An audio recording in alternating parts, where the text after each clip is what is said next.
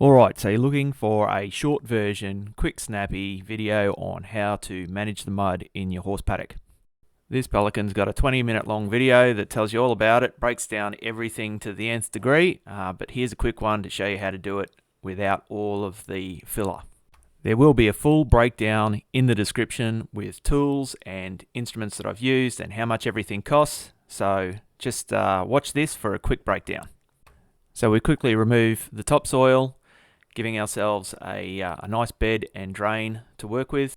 This horse wees in one spot and one spot only, so I'm making it nice and deep. I've got about 12 to 16 inches of removed materials. Then we want a drain that runs through the guts that allows all of that urine and water to be absorbed through the topsoil and dissipate, so it removes the smell. We've got this 3-inch heavy schedule perforated pipe, plus a bunch of other bits and pieces, including this black 3-inch pipe, so as it comes out of the ground we don't have white pipe exposed. All the glues and tools.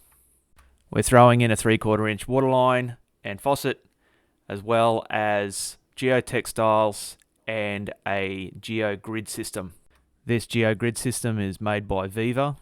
Costs around $30 a sheet, which is a lot cheaper than most of the alternatives out there, and I can tell you now the quality is pretty much on point.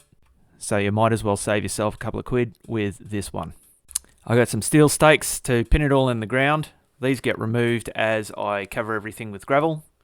Here you can see I have a trench that's dug straight through from the old faucet out to the round yard, so I can put that water faucet in, and then it's simply a matter of spreading out the geotextile, putting the pipe in, raising the level of the trench for the transpiration pipe. This is purely because I have dug a very narrow trench and we want the pipe to be able to expel the water efficiently, so we're putting gravel in and then the pipe over the top. We've removed in total about 25 cubic yards of soil and we're replacing it with about 30 cubic yards of gravel. This is going to ensure that we have plenty of ground runoff as well as fall in the soil. This is this Pelican again, waffling on about the difference between the griddings. The reason why we're using this stuff is purely for silt management. It takes a lot longer for the silt to migrate across the grid pattern if you have a grid.